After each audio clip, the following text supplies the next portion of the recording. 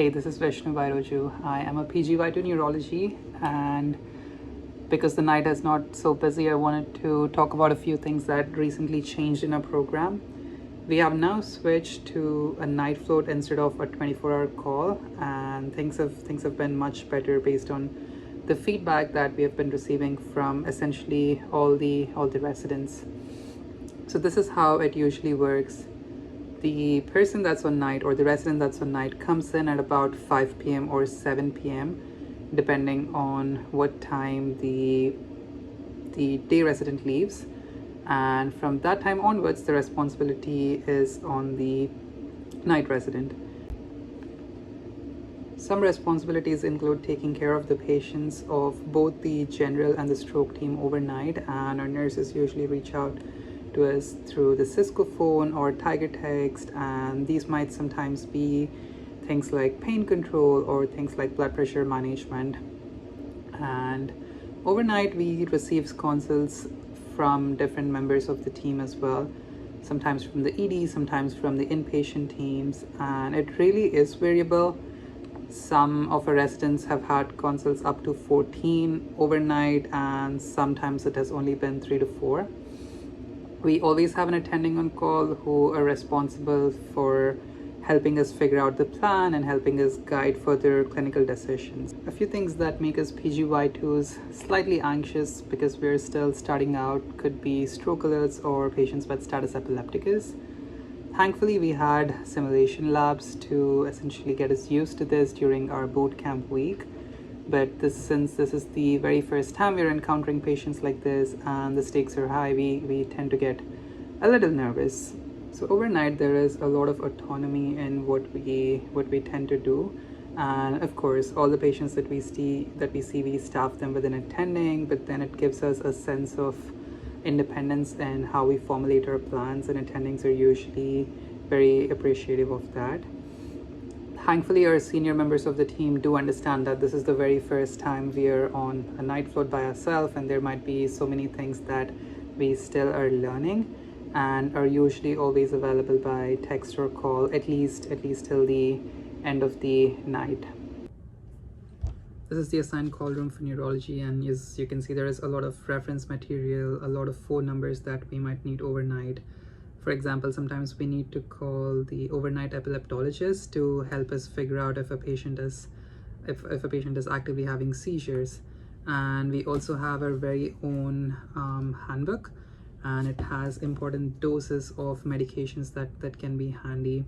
Of course, the attending is always available on call, but if something is non-urgent, we typically tend to use that book, form a plan, and then discuss it with the attending. Sometimes there might be a piece of history that changes what we... Neurology, this is Vishnu. Hey, Michelle, this is Melissa with trauma. Are you on for regular neurology, not just stroke? Yes.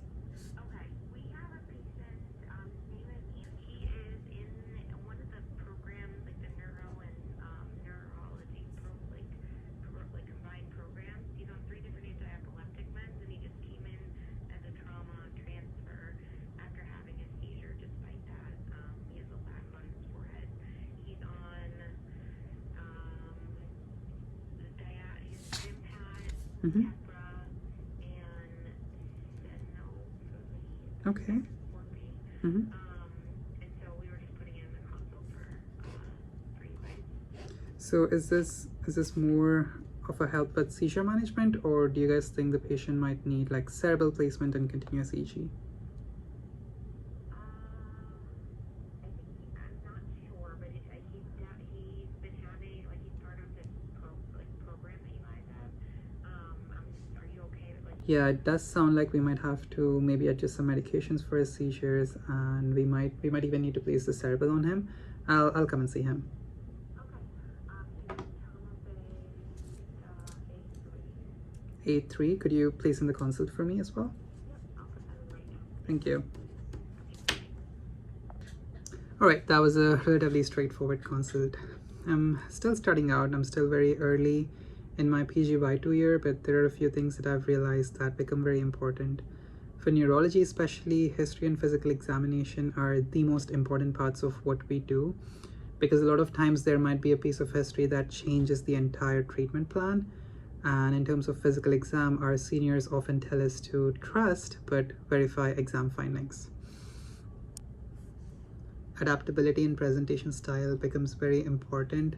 There are sometimes during stroke alerts where we do not have enough information but do have pertinent information, and we're already staffing with the attending while we're still gathering more data.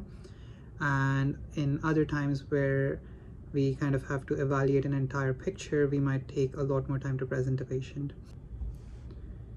It is important to develop the mind frame when we're asking for help, and I think I often look at it as keeping it as specific as possible while also gaining the most important information that I need.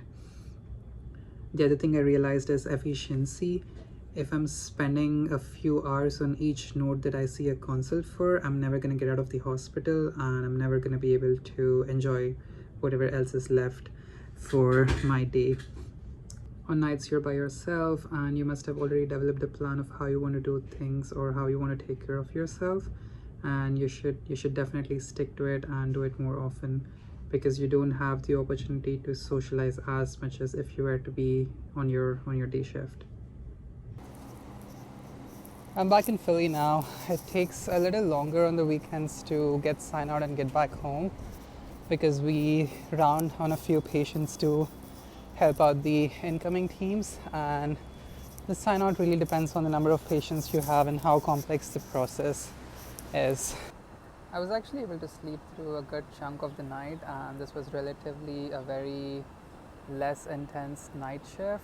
I had about 2 consults and a cumulative of 20 calls, which is far below the average.